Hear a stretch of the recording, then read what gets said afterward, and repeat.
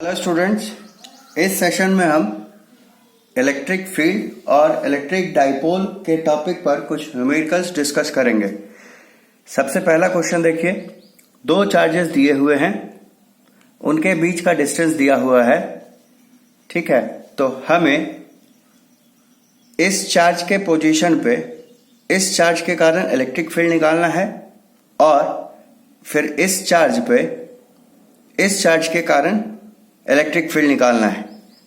तो ये कैसे निकलेगा? तो सिंपली हम KQ/R² जो इलेक्ट्रिक फील्ड का फॉर्मूला होता है उसको इस्तेमाल कर लेंगे। ठीक है, तो electric field at location of Q2 due to Q1 वो क्या हो जाएगा? KQ1/R²। Electric field at location of Q1 due to Q2 वो कितना हो जाएगा?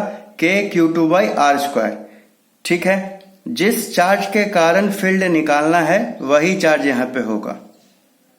ठीक है, तो वैल्यूज दी हुई हैं, सब पुट करेंगे और इलेक्ट्रिक फील्ड की वैल्यू हमें मिल जाएगी।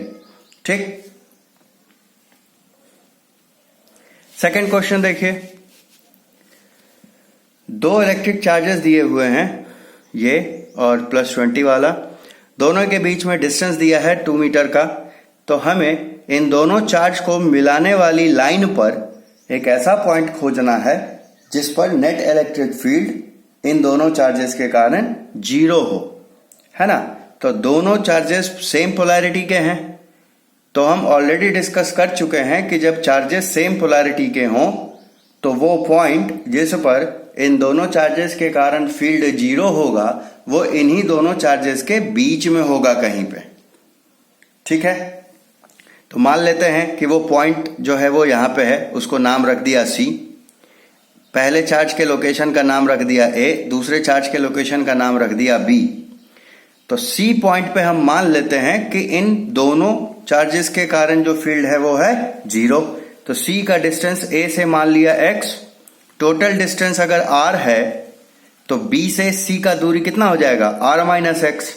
ठीक, तो देखिए 0 होने के लिए इन दोनों चार्जेस के कारण जो C पे फील्ड होना चाहिए उसका मैग्नीट्यूड आपस में बराबर होना चाहिए, है ना। तो बस C पे E1 का वैल्यू क्या हो जाएगा वो हम पुट कर देंगे यहाँ पे, KQ1 डिस्टेंस का स्क्वायर मतलब x का स्क्वायर। सिमिलरली C पे E2 का वैल्यू मतलब इस चार्ज के कारण फील्ड कितना होगा? KQ2 डिस्टेंस का स्क्वायर मतलब R-x का स्क्वायर। तो इस रिलेशन को जब हम सॉल्व करेंगे वैल्यूज पुट करके तो हमें x की दो वैल्यूज आएंगी, है ना। तो उसमें से पॉजिटिव वाली वैल्यू हम एक्सेप्ट कर लेंगे। ठीक है, नेगेटिव में तो डिस्टेंस होता नहीं है। नेगेटिव में डिस्टेंस मिलने का एक और मतलब है कि ये टुवर्ड्स लेफ्ट है ना, मतलब इस सिस्टम के इधर, अगर यहां पे हम ओरिजिन मानते हैं तब। ठीक है, -x एक्सिस पर डिस्टेंस, तो इधर तो ये पॉइंट है नहीं, इसलिए ये वैल्यू हम डिस्कार्ड कर देंगे। हमारे लिए जो एक्सेप्टेड वैल्यू है वो हो जाएगी 2/3 मीटर। और x की वैल्यू कहां से ली थी हमने? A से नापी थी। तो ये जो डिस्टेंस मिला उस पॉइंट का वो कहां से मिला? इस चार्ज से मिला, Q1 से मिला। ठीक है, क्लियर है। नेक्स्ट क्वेश्चन देखिए, दो चार्जेस हैं, है ना, एक प्लस का है दूसरा माइनस पोलैरिटी का है, 20 सेंटीमीटर के दूरी पर रखे हुए हैं। ठीक है, तो हमें इन दोनों चार्जेस को मिलाने वाली लाइन के मिड पॉइंट पर हमको टोटल इलेक्ट्रिक फील्ड निकालना है। ठीक, तो देखिए चूंकि दोनों चार्जेस की पोलैरिटी अलग अलग है तो मिड पॉइंट पे जो इस पॉजिटिव चार्ज के कारण फील्ड का डायरेक्शन होगा वो होगा away from charge. Negative charge के कारण जो यहाँ पे इलेक्ट्रिक फील्ड का डायरेक्शन होगा वो होगा टुवर्ड्स चार्ज। तो दोनों का डायरेक्शन सेम होने के कारण नेट फील्ड यहाँ पे क्या होगी? जुट जाएगी, सम हो जाएगी, है ना। तो दोनों फील्ड का वैल्यू हम कैलकुलेट करके जोड़ देंगे। ठीक, इसके कारण यहाँ पे EA तो वो हो गया ये, इस चार्ज के कारण यहाँ पे फील्ड ये हो गया।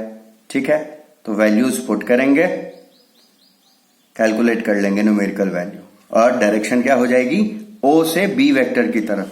तो O से B हमने मेंशन कर दिया।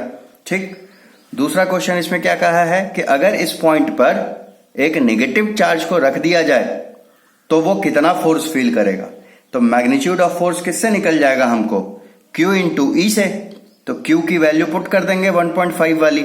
इलेक्ट्रिक फील्ड जो हमको मिल गया है ये 5.4 वाला, वो पुट कर देंगे तो मैग्नीट्यूड ऑफ फोर्स हमको मिल जाएगा ये 8.1 वाला। ठीक, लेकिन चूंकि चार्ज निगेटिव पोलैरिटी का है और इलेक्ट्रिक फील्ड O से B की तरफ डायरेक्टेड है, तो इलेक्ट्रिक फील्ड जो है वो नेगेटिव चार्ज पे किधर फोर्स लगाती है, अपने डायरेक्शन के अपोजिट डायरेक्शन में। तो फोर्स का डायरेक्शन क्या हो जाएगा, या तो O से A वेक्टर की तरफ हो जाएगा या B से O वेक्टर की तरफ हो जाएगा, जो हम कहें। ठीक है, तो मैग्नीट्यूड मेंशन कर दिया, डायरेक्शन मेंशन कर दिया। क्लियर।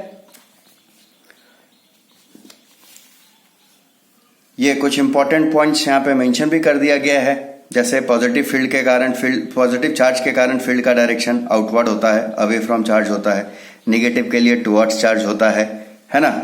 इलेक्ट्रिक फील्ड का वैल्यू या तो चार्जेस के टर्म्स में KQ/R² या फिर फोर्स के टर्म्स में फोर्स पर यूनिट चार्ज होता है।